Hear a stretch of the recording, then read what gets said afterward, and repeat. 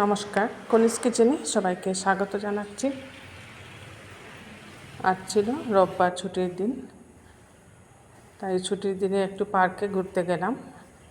আর ছুটির দিনে বাচ্চারা ইচ্ছে করে পার্কে গিয়ে একটু ঘোরাঘুরি করতে, দোলনা ঝুলতে সব বাচ্চারাদের ইচ্ছে করে।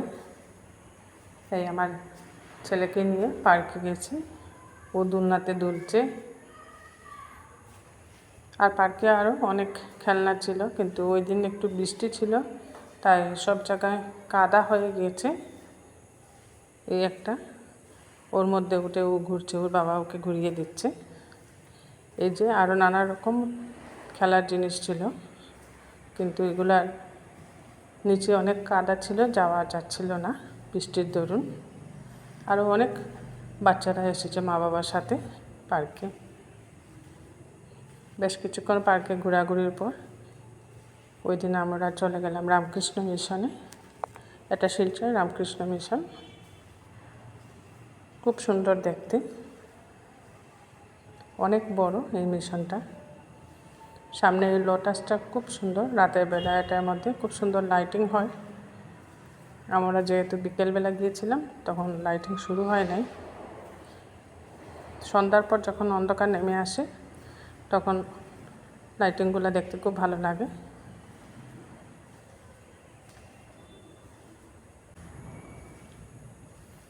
এই যে মিশন,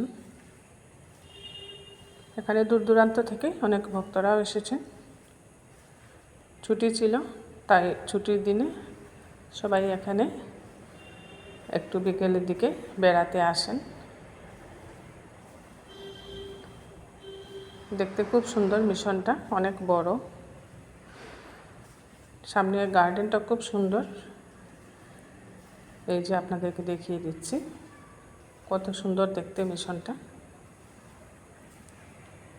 আর ফ্লাওয়ার গার্ডেনটা খুব সুন্দর। সবগুলা গাছ এখনও ছোট, যখন এগুলোর মধ্যে ফুল ফুটবে দেখতে আরও সুন্দর লাগবে। বেশ অনেকক্ষণ আমরা মিশনের সময় কাটিয়েছি। উপরে গিয়ে ঠাকুর প্রণামও করে এসেছি।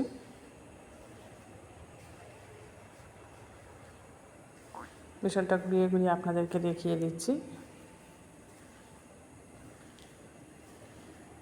এই যে ফ্লাওয়ার গার্ডেন, ফ্লাওয়ার গার্ডেনে এদিকে ঢোকার রাস্তা, কিন্তু কাউকে ঢুকতে দেবে না। গার্ডেনের গেটটা খুলে আমার ছেলে ঢুকে গেছিলো, আমি মানা করেছি ঢুকতে নেই। গাছগুলা লাগিয়ে যেগুলাতে হাত দিলে নষ্ট হয়ে যাবে। আর লোটাসটা খুব সুন্দর, এবং সামনে মেন গেটের একদম সোজাই এই লোটাসটা।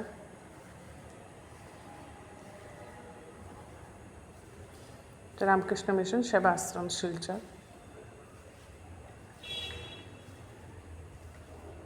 বৃষ্টির দরুন গার্ডেনেও অনেক জল জমে গেছে। প্রচণ্ড বৃষ্টি হচ্ছিল আমাদের এখানে। মিশন থেকে বেরিয়ে টুকটাক কেনাকাটার জন্য মলে চলে গিয়েছিলাম। মলে গিয়ে অনেকক্ষণ ঘোরাঘুরির পর এই কাউন্টারে এসে আমার চোখটা আটকে গেল। এই কাউন্টারে একটা জিনিস খুব আনকমন লেগেছিল, এখান থেকে আমি 2-3টে নিয়ে নিয়েছি। এগুলো হচ্ছে এই যে এখানে এই জিনিসগুলো আমি এখান থেকে কিনেছি। এটা দেখতে বাম্বুর তৈরি মনে হচ্ছে, কিন্তু এটা বাম্বুর তৈরি নয়, বাম্বু প্রিন্ট করা ছিল। এগুলা বাঁশ দিয়ে বাঁশের ডালা বানিয়ে থাকে, দেখতে ঠিক সেই রকমই লাগছিল। বেশ ভালো লাগছিল এই বাঁশের ডালা ডিজাইনের প্লেটগুলা। বেশ সুন্দর সুন্দর কয়েকটা জিনিস ছিল মলে। এই যে ফ্রুট বাস্কেটগুলোও খুব সুন্দর ছিল।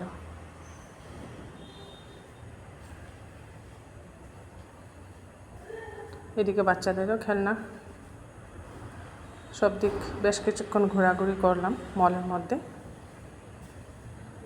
আর কিছু কেনাকাটাও করেছি।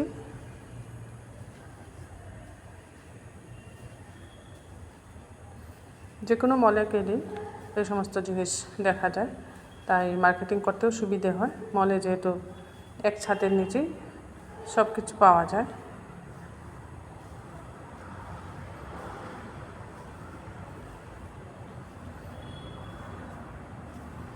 আবারও আমি ওই কাউন্টারে চলে এসেছি। এখানে কয়েকগুলো জিনিস ছিল বেশ আকর্ষণীয়। আমি যেহেতু রান্নার ব্লগ বানিয়ে থাকি, তাই সবসময় আমার নজরটা ওই দিকে যায়, রান্নাঘরের জন্য কোন কোন জিনিস কিনতে হবে বা কীরকম ডিশ, চায়ের কাপ, ওই যে একটা টোস্ট বানানোর জন্য টোস্টার, এটা গ্যাসের মধ্যে টোস্ট বানানোর জন্য, ঠিক আছে।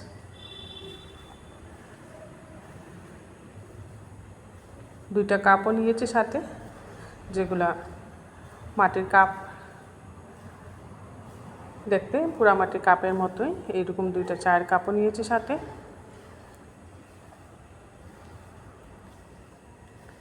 কিচেন সাজানোর জিনিস কিনতে আমার খুব বেশি ভালো লাগে, তাই যেখানেই যাই সবসময় আমার নজর ওই দিকেই থাকে যে কিচেনটা সাজানোর জন্য কী কী কিনতে পারি। এখান থেকে কিছু ফ্রুটসও কিনে নিয়েছি।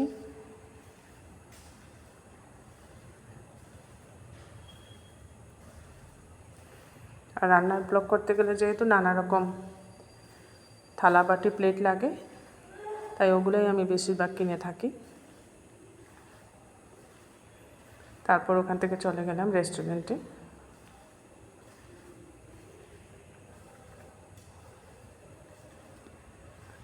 রেস্টুরেন্টে রাতের খাওয়া দাওয়াটা করে বাড়ি ফিরেছি। মার্কেটিং করার পর আর ঘরে এসে রান্নাবান্না করতে ইচ্ছে করে না, তাই ওখানেই খাওয়া দাওয়াটা সেরে নিলাম। ওখানে যে রেস্টুরেন্টে আমরা সবসময় খেয়ে থাকি, ওই রেস্টুরেন্টে সেই দিন গিয়েছি। ওখানে খুব ভালো ধোসা, ইডলি এগুলো বানায়, সাউথ ইন্ডিয়ান ডিশগুলো খুব ভালো বানায়।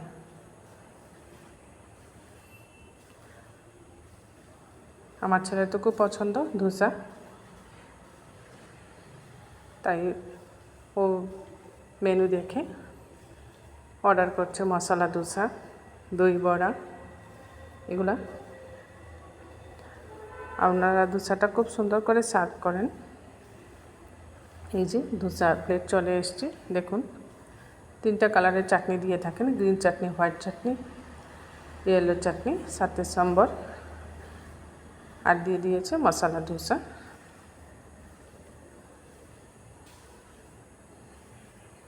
দারুণ টেস্টি হয় খেতে এই মশলা ধোসাটা।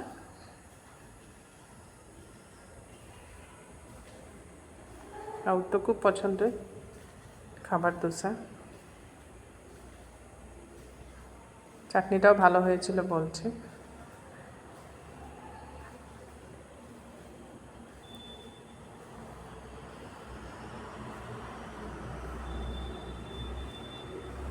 আমি বললাম ধোসাটা টেস্ট করে দেখো তো কীরকম হয়েছে। ধোসা টেস্ট করে দেখছে, খুব ভালো লেগেছে ওর। বাটির মধ্যে দিয়ে দিয়েছে এখানে দই বড়া, শুকনো বুঁদি দিয়ে এই দই বড়াটা দিয়েছে।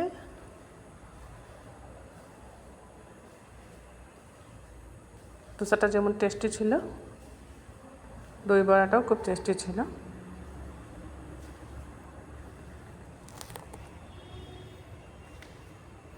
আর ধোসাটা অনেক বড় ছিল, ও বলছে শেয়ার করে খাবে ও বাবার সাথে। আর দই বড়াটাও খুব ভালো ছিল। দই বড়াটা যেহেতু টক দই দিয়ে বানিয়ে থাকে, খুব ভালো লাগে খেতে।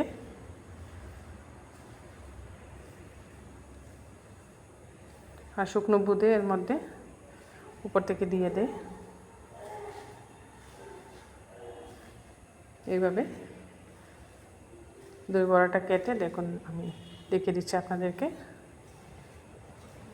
আর যে জিনিস কেনাকাটা করেছি তাই দিয়ে পরের দিন বিকেলবেলা চা বানিয়ে সাথে পোহা মিক্সচার বানিয়েছিলাম। এই কাপগুলো কিনেছি, দেখতে মাটির কাপের মতো, খুব ভালো লাগে। আর এই বাম্বু ডিজাইন করা প্লেটগুলো নিয়েছি। খুব সুন্দরই কাটলো সানডেটা।